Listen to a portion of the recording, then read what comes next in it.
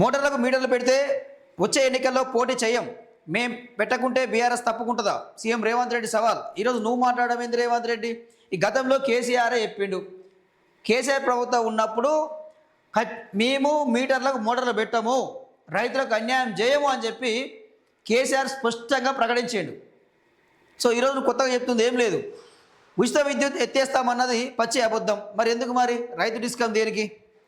రైతు డిస్కౌంట్ దేనికి మరి? ప్రైవేట్కి ఎందుకు అప్పచెప్తున్నారు? కారణం ఏంది మరి? స్మార్ట్ మీటర్లకు పునాది వేసిందే బీఆర్ఎస్. 2015లోనే త్రైపాక్షిక ఒప్పందం.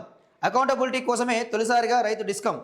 సబ్సిడీలను ప్రతి నెల 1వ తేదీనే రిలీజ్ చేస్తాం అని చెప్తా ఉన్నాడు. సో అకౌంటబిలిటీ కోసమేట, లెక్కల కోసమేట తొలిసారిగా రైతు డిస్కౌంట్. ఇది కాదు, నువ్వు రైతు డిస్కౌంట్ పెడుతున్నది వాస్తవానికి కూడా రైతుల దగ్గర మోటార్లకు మీటర్లు పెట్టడానికి, రైతుల దగ్గర ఛార్జీలు వసూలు చేయడానికి, 3 గంటల విద్యుత్ ఇవ్వడానికే ఈరోజు నువ్వు రైతు డిస్కౌంట్ తీసుకొచ్చినావు. సో ఇక్కడ చూడండి, ఇక్కడ చూసుకుంటే ఇక విలేజ్ కరెంట్ ఆఫీసరు, ఇప్పటి నుంచి అంటే ఒక విలేజ్ కరెంట్ ఆఫీసర్ ఉంటాడట. రైతు డిస్కౌంట్లో పనిచేసేందుకు లోకల్ ఎలక్ట్రీషియన్లకు ఛాన్స్, అవుట్సోర్సింగ్ కింద తీసుకోవాలని సర్కార్ యోచన.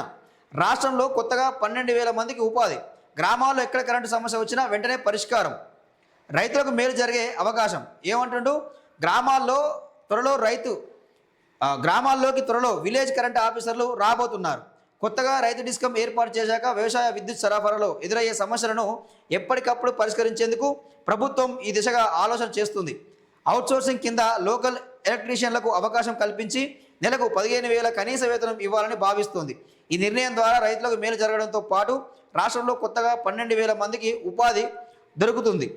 సో వ్యవసాయానికి క్వాలిటీ కరెంటు అందించేందుకే. సో ఇక్కడే ఉంది తిరకాసి అంతా. రైతు డిస్కంలో పనిచేయడానికి ఇప్పటి వరకు 2,000 మంది ఉద్యోగులు మాత్రమే తీసుకున్నారు. ఇందులో క్షేత్రస్థాయి సిబ్బంది 1,000 మందే ఉన్నారు. వీరంతా పర్మనెంట్ ఉద్యోగులు. వ్యవసాయ విద్యుత్ సరఫరాలో ఏర్పడే సమస్యలను ఈ కొద్ది మందితో పరిష్కరించడం కష్టమని, ట్రాన్స్ఫార్మర్ల వద్ద ఫ్యూజులు కాలిపోయినా, లైన్లు తెగిపోయినా త్వరగా రిపేర్ చేయడం వీలు కాదని వివిధ రాజకీయ పార్టీల నాయకులతో పాటు విద్యుత్ సంఘాల ప్రతినిధులు, రిటైర్డ్ ఉద్యోగులు ఇటీవల ఈఆర్సీ దృష్టికి తీసుకొచ్చారు. దీంతో రాష్ట్ర వ్యాప్తంగా ఉన్న వ్యవసాయ విద్యుత్ అవసరాలను తీర్చేందుకు గ్రామానికి కరెంటు ఆఫీసర్ను నియమించాలని ప్రభుత్వం భావిస్తున్నట్లు ఉన్న ఉన్నతాధికారులు చెప్తున్నారంటూ చూస్తున్నామండి. సో ఇది ఇక్కడ విషయం ఏంది? క్వాలిటీ కరెంటు కోసమే అని చెప్పి ఒక మాట చెప్తా ఉంది ప్రభుత్వం. సో ఈ క్వాలిటీ కరెంట్ ఏంటి? మొత్తం టెండర్లు ఎవరికి అప్పచెప్తా ఉన్నది? ప్రైవేటు రంగానికి అప్పచెప్తా ఉన్నది. కరెంటును కూడా ప్రైవేటీకరణ చేయడానికి ఈ రైతు డిస్కౌంట్ తీసుకొస్తా ఉన్నది. సో ఇక్కడ ప్రైవేట్కి అప్పచెప్తే ఈ ప్రైవేటు సంస్థలు ఏం చేస్తాయి? వేలంపాటకు దక్కించుకుంటాయి. తర్వాత ఎవరి దగ్గర వసూలు చేస్తాయి? డబ్బులు రైతుల దగ్గరనే వసూలు చేస్తాయి. రైతులకు ఇష్టం ఉన్నా లేకున్నా, రైతులు ఒప్పుకోకపోయినా మీటర్లు పెడతాయి. రీడింగ్ ప్రకారం ఛార్జ్ తీసుకుంటుంది. సో ఇక్కడ మరి ఉచిత విద్యుత్ ఎక్కడ ఉంది? ఇక్కడ ఉచిత విద్యుత్ అన్న మాట ఎక్కడ ఉంది? రైతులకి అన్యాయమే. రైతుల నోటిలో మట్టి కొట్టడమే ఈరోజు ఈ ప్రభుత్వం చేస్తున్న పని. సో పక్క క్వాలిటీ అని చెప్పుకుంటా మరొక ప్రైవేటీకరణ చేస్తా అని చెప్తా ఉంది. సో ఇది రైతులందరూ కూడా ఇది గమనించుకోవాల్సిన అవసరం అయితే ఉంది. దీన్ని ఇప్పటికే వ్యతిరేకిస్తూ ఉన్నారు. ప్రభుత్వం మరోసారి ఆలోచన చేయాలని చెప్పి కూడా కోరడం జరుగుతూ ఉంది. సో రైతులకు ఇప్పటికే మీరు వడ్లు కొనడం చేతన అయితే లేదు, మొక్కలు కొనడం చేతన అయితే లేదు. అదేవిధంగా వడ్లకు బోనస్ ఇస్తున్నావు, అది లేదు. రైతు బంధు ఇస్తున్నావు, 15,000 ఇస్తున్నావు, అది లేదు. కౌలు రైతులకు ఇస్తా అని చెప్పినావు, అది లేదు.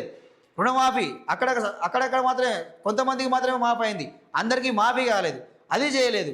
సో ఈరోజు రైతులకు మొత్తం మీద ఏంది? మళ్ళీ కరెంటు కష్టాలు మళ్ళీ మొదలు కాబోతూ ఉన్నాయి.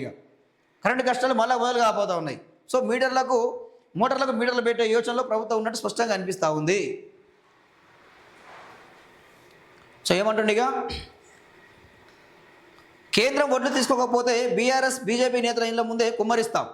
రైతు ముసుగులో రాజకీయం చేస్తున్నారు, వారి డిఎన్ఏలోనే మోసం, అబద్ధాలు అంటూ రేవంత్ రెడ్డి మాట్లాడుతూ ఉన్నాడు. ఇక్కడ విషయం ఏంటంటే వడ్లు కొనాల్సిన బాధ్యత పూర్తిగా రాష్ట్ర ప్రభుత్వం మీద ఉన్నది, రేవంత్ రెడ్డి సర్కారు మీద ఉన్నది. రేవంత్ రెడ్డి కొనాల రైతు పండించిన పంటను మొత్తం కూడా. తర్వాత కేంద్రం కొనదా అనేది మీరు తెలుసుకోవాల్సిన అవసరం. అది బీజేపీ నేతల ఇంటి ముందు పోస్తారా, లేకపోతే ఢిల్లీకి పోయి నరేంద్ర మోడీ ఇంటి ముందు పోస్తారా, పార్లమెంటు ముందులో పోస్తారా? ఎందుకు కొంటారు, ఎందుకు కొనరు అని చెప్పి అడగాల్సిన బాధ్యత ముఖ్యమంత్రిగా నీ మీద ఉన్నది. గతంలో మాట్లాడినావు కదా, నరేంద్ర మోడీ మెడలు వంచైనా సరే ఒడ్లు కొనాల్సిందే కేంద్ర ప్రభుత్వం అని చెప్పి మాట్లాడినావు కదా, కేసీఆర్ని ప్రశ్నించినావు కదా. మరి ఈరోజు నువ్వు ముఖ్యమంత్రి అయినావు, మరి నువ్వు అదే పని నువ్వు చేయాలి ఈరోజు. మరి అదే పని నువ్వు చేయాల్సిన అవసరం అయితే ఈరోజు ఉంది. కేసీఆర్ మీద ఒట్టి వేసి బీఆర్ఎస్లోనే ఉంటానని హరీష్ రావు చెప్పగలరా? మరి నువ్వు చెప్తావా రేవంత్ రెడ్డి?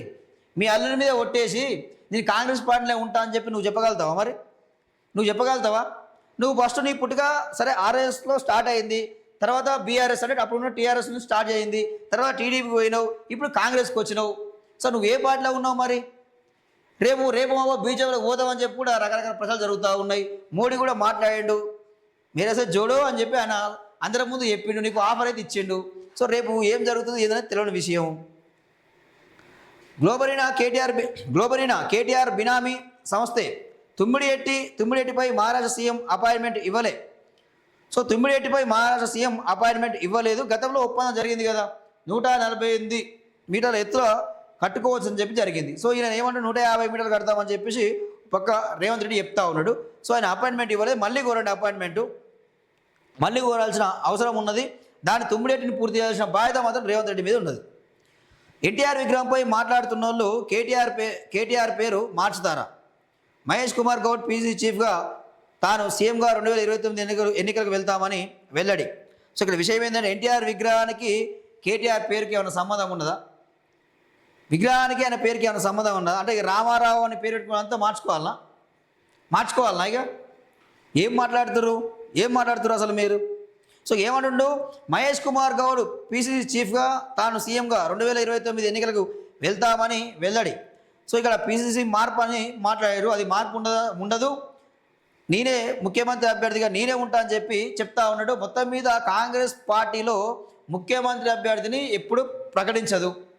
సో ఇక్కడ ఏంది, ఈయన స్వయంగా ప్రకటించుకుంటుండు.